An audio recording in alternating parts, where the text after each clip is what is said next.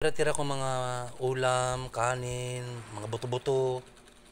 Hindi ko muna siya ilagay sa plastic para itapon sa basura. Ang ginagawa ko part, inilalagay ko siya sa lupa.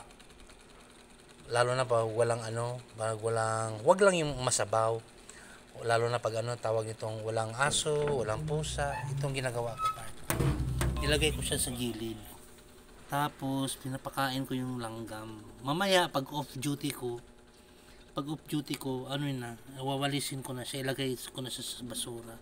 Pero for the meantime po, dyan lang muna siya hanggang maubos nila yung laman.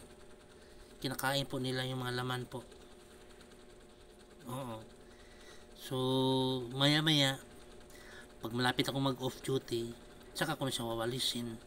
At least napakinabangan nila part dahil once na ilagay mo diretso siya sa sa plastic, hindi na nila yun. Hindi na nila mapakinabangan lalo na pag itali mo yung plastic. Okay. Yun, marami yan kanina. Naubos na. Yung mga biskwit, mga yung halimbawa yung biskwit, yung mga powder na natira, huwag mong itapon sa basurahan agad. Diyan mo sa lupa ilagay pag off duty mo na. Saka mo na yan. Saka mo na walisin. Okay. Thank you for watching.